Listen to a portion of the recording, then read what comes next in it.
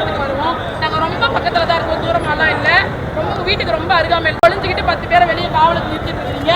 நாங்கள் 10 பேர் கூட வரல, 2 பேர் வரோம். நீங்கள் வாங்க, வந்து உட்காந்து விவாதிக்கலாம். விவாதம் பண்ணுறதுக்கு கொஞ்சம் கூட அறிவே இல்லாமல் கிடைக்கிற நேரத்தில் ஓசி குடிச்சிட்டு அறிவுன்றதே சுத்தமாக இல்லாமல் தொடர்ச்சியாக வீட்டுக்குள்ள தானே வீட்டுக்கு வெளியனா வீட்டுக்கு 2 கிலோமீட்டர் இந்த பக்கம் நீங்க இருக்கீங்க. நான் சொல்றேன், நான் வந்து இல்ல நான் ஒன்றும் பிரச்சனை. நாங்க வந்து ஒரு சாதாரணமான நபர். எனக்கு வந்து பெருசா செல்வாக்கோ எந்த அரசியல் பின்புலங்களோ எங்களுக்கு கிடையாது. நீங்க பெரிய கட்சி வச்சு ஒருங்கிணைப்பாளராக இருக்கக்கூடிய சீமான் அவர்கள் கொஞ்சம் கூட காவல்துறையை மதிக்காத சீமான் அவர்கள் எங்களால தான் காவல்துறையை இது பண்ணி வாங்க வர முடியல. நீங்க வந்து அந்த கோரிக்கைகளை படிச்சு இதெல்லாம் பேசினவரை இதை பேசியிருக்க மாட்டாரா அப்படின்ற ஒரு பொய்யான அவதூறுகளை வந்து அவர் தொடர்ச்சியா வந்து பெரியார் வந்து மூத்திரப்பைய பெரியார் வந்து பெண்களுக்கு விரோதமாக இருந்தாரு, சொத்துக்காக கல்யாணம் பண்ணாரு, தொடர்ச்சியாக பெண்கள் தாலியை வந்து அறுத்து போட சொன்னாரு, கருப்பையை வச்சுக்கோங்கன்னு சொன்னாரு. இப்படி முழுவதுமாக பெண்களுக்கு விரோதமாக பேசிய பெரியார் எப்படி பெண்ணை ஆதரவாளராக இருப்பாருன்ற கேள்வி.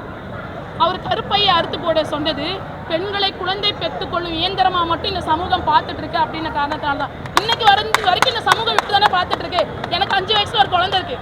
என் குழந்தை விட்டுட்டு நான் வந்திருக்கேன். நான் வந்து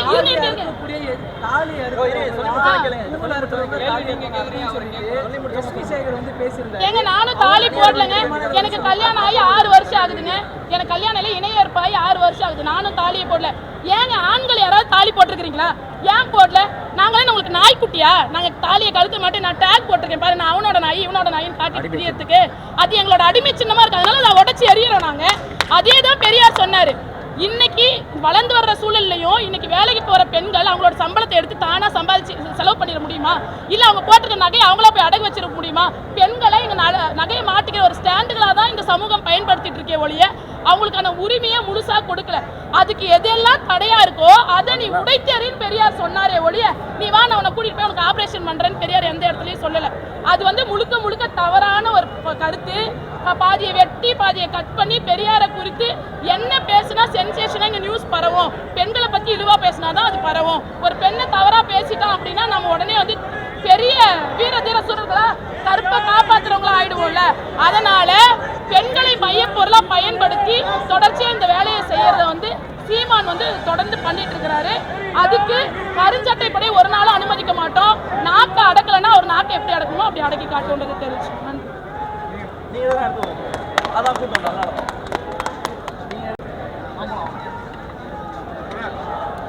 சீமான் பேசியதற்கு வந்து ஆதாரம் இல்லைன்னு சொல்றீங்க. அவர் வந்து என்னிடம் ஆதாரம் இருக்குது, இல்லாட்ட வந்து விடுதலை இயக்கம் வந்து அந்த ஆதாரத்தை வந்து ஹோல்ட் பண்ணி வச்சிருக்காங்க. பெரியாரோட எழுத்துக்கள் எதுவுமே நாட்டுடைமை ஆக்கமா இருக்கு, நாட்டுடைமை ஆக்கங்க நான் ஆதாரத்தை தருகிறேன்னு சொல்றாரு.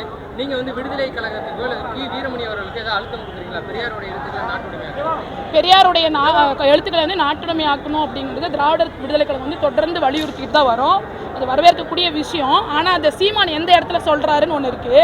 இங்கே சமூகத்தில் ஒரு ஆளை தொட்டால் எப்படி பரபரப்பு உருவாகும் அப்படின்னு தெரிஞ்சு பெரியாரை தொட்டு இங்கே பரபரப்பை ஏற்படுத்திட்டாரு. அவர் அவ்வளோ நல்லவர் தானே, இந்த சமூகத்துக்கு நல்லது பண்ணணும்னு தானே நினைக்கிறாரு. இங்கே இவ்வளோ ஒரு பரபரப்பான சூழல் வந்து கருஞ்சட்டை கூட்டத்துக்கிட்ட கிளம்பியிருக்குல்ல, உங்ககிட்ட ஆதாரம் இருந்தால் நீங்கள் தாராளமாக அதை வெளியிட்டு இந்த பரபரப்பை அடக்கிருக்கலாமே. நீங்கள் அப்படி காட்டியிருந்தா பெண்களை நான் கூட்டிகிட்டு வந்து உங்கள் கூட உங்கள் பக்கம் நிற்கிறேங்க.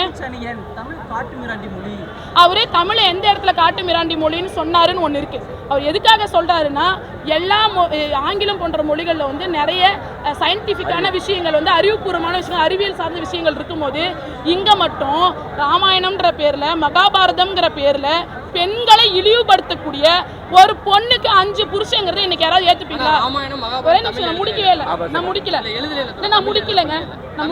நான் முடிக்க உங்களுக்கு வந்து நீங்கள் சொல்கிற கேள்விக்கு நான் பதில் சொல்லணுமா இல்லை உங்களுக்கு வந்து என்ன வந்து பாயிண்ட் அவுட் பண்ணி கொஸ்டின் பண்ணணுமா? நான் முடிக்கிறதுக்கு முன்னாடி நீங்கள் ஆரம்பிக்கிறீங்கல்ல, நான் முடிக்கணும்ல. இப்போ தொடர்ச்சியாக தமிழ் மொழியிலையும் ஏன் கண்ணகி போன்றவங்களாம் என்ன பண்ணாங்க? மதுரையை எரிச்சாங்கன்னு சொல்கிறீங்களா? அது கோவனை எரிச்சிட்டு போய் எங்கே முடிஞ்சிருக்கலாம், ஏன் மதுரையை போய் எரிக்கணும்? அதெல்லாம் கட்டுக்கதை தானே. இன்னைக்கு நான் போய் எரி அப்படின்னு எரிஞ்சிருமா? அதெல்லாம் கட்டுக்கதைகள் தானே. அந்த மாதிரியான கட்டுக்கதைகளை தமிழ் மொழியில் நிறைய சுமந்துட்டு இருக்கு அப்படின்றத கருத்தை பதிவு வைக்கிறதுக்கு அந்த இடத்துல அழுத்தமாக அவர் சொன்னார். அதே மொழிக்காக அதை வந்து கணினிகளில் பதிவேற்றணும், அதை வந்து இன்னும் கொஞ்சம் டெவலப் பண்ணுறதுக்காக சீர்திருத்தம் பண்ணதும் தந்தை பெரியார் தான். அதை பற்றி பேச சொல்லுங்களேன் சீமானே. புத்தூர் குருசாமி வஉசி அவர்கள் வந்து அந்த எழுத்து சீர்திருத்தம் பண்ணாரு. அதை வந்து விடுதலை இதில் வந்து பயன்படுத்தினதான் பெரியார். ஏன்னா தொடர்ந்து அவர் கடைசி வரைக்கும் போராடிட்டே இருந்தாரு. குத்தூசி குருசாமியும் நாங்க தூக்கி பிடிச்சி பேசுறோம், முத்துலட்சுமி ரெட்டியும் நாங்க தூக்கி பிடிச்சி பேசுறோம். யாரெல்லாம் இந்த சமூகத்துக்காக பேசுறாங்களோ அவங்க எல்லாரையுமே நாங்க தூக்கி நிறுத்தி பேசதான் செய்யறோம். நீங்க முடிவு பண்ணக்கூடாது நாங்க யாரை தூக்கி பிடிக்கணுங்கிறத. ஒருத்தரோட கருத்து ஒன்னு எனக்கு பிடிக்கும், ஒன்னு எனக்கு பிடிக்காது. எனக்கு எந்த கருத்து வேணுமோ அதை நான் எடுத்துப்பேன். எனக்கு வேண்டாத கருத்தை நான் விட்டுட்டு போப்பேன். பெரியார் கிட்ட இருக்க கருத்து எனக்கு ஏத்துதா இருக்கு. என் சமூகத்தை, குறிப்பா என் சமூகம் மீன்ஸ் பெண்கள் சமூகத்தை தூக்கி அடுத்த நிலை கொண்டு போகக்கூடிய இடத்துல பெரியாரோட கருத்துகள் இருக்கிறதுனால நாங்க பெரியாரை ஃபாலோ பண்றோம்.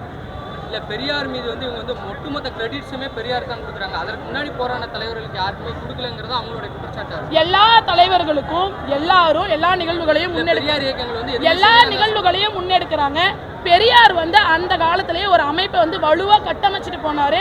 அந்த அமைப்பு தொடர்ந்து பெரியாரோட கருத்துக்களை மக்கள்கிட்ட கொண்டு போய் சேர்க்கிற வேலையை வந்து தொடர்ந்து செஞ்சுட்டு இருக்கு. எல்லாமே பண்ணிட்டு தாங்க இருக்கோம். நீங்க வந்து ராயப்பேட்டையிலயும் மயிலாப்பூர்லயும் எங்களோட அலுவலகம் இருக்கு. நீங்க ஒரு நிகழ்வுகளுக்கும் வந்து பாருங்க. எல்லா நிகழ்வுகளையும் திராவிட விடுதலை கழகம் தொடர்ந்து முன்னெடுத்துட்டு தான் இருக்காங்க. அது வந்து நீங்க அங்க பார்த்து குளத்தூர்மணி அவர்கள் வந்து வீரமணி அவர்களுக்கு குற்றச்சாட்டு இருந்திருக்கா பெரியாரோட எழுத்துக்கள் வச்சு அவர் மட்டும் தான் பணம் சம்பாதிச்சிட்டு இருக்காருன்னு சொல்லி உங்களோட இதழ்கள்ல கடந்த காலம் வந்து எழுதிருக்கீங்க. நீங்க முடிச்சுக்கிறேன். அதே மாதிரி சீமான் அவர்கள் வந்து சொன்ன இடம் வந்து வேறன்னு சொல்றீங்க. சீமான் அவர்கள் ஆதாரம் வந்து ஏன்ட்ட இல்ல அவங்கள்ட்ட இருக்கிற காமின்னு சொல்றது வந்து அவரை டிஃபன் பண்றதுக்காண்டி சொல்றாங்க. ஆனா குளத்தூர்மணி அவர்கள் வந்து வீரமணி வழக்கு குற்றச்சாட்டு என்னன்னா பெரியாரோட வைத்து இவங்க காசு சம்பாதிச்சிட்டு இருக்காங்கன்னு சொல்லி ஒரு பணத்தை வச்சு அவங்க மேல ஒரு அலிகேஷன். அவர் வந்து பணத்தை வச்சு அலிகேஷன் வைக்கல. பெரியாரோட எழுத்துக்களை வந்து நாட்டுடைமை, பெரியாரோட எழுத்துக்களை வந்து ஒரு சூழலுக்கும் ஒரு வார்த்தைகள் வெளிப்படுங்க. அந்த வார்த்தைகளை புடிச்சுக்கிட்டு இந்த விளையாட்டெல்லாம் நாங்க விளையாடுறது இல்லை. எங்களுடைய நோக்கம் அதுதான் சொல்றேன். எங்களுடைய நோக்கம் பெரியாருடைய எழுத்துக்கள் நாட்டுடைமையாக்கப்படணுங்கிறதா. இப்பயும் அதுதான் வழிமொழியும். அது சீமான் சொல்றாருன்றதுக்காகலாம் கிடையாது. நாங்க அதை தொடர்ந்து அதுதான் வழிமொழிச்சுட்டு இருக்கோம். அதுதான் வந்து ஏங்க அவங்க வந்து எங்களோட தோழமை இயக்கம்.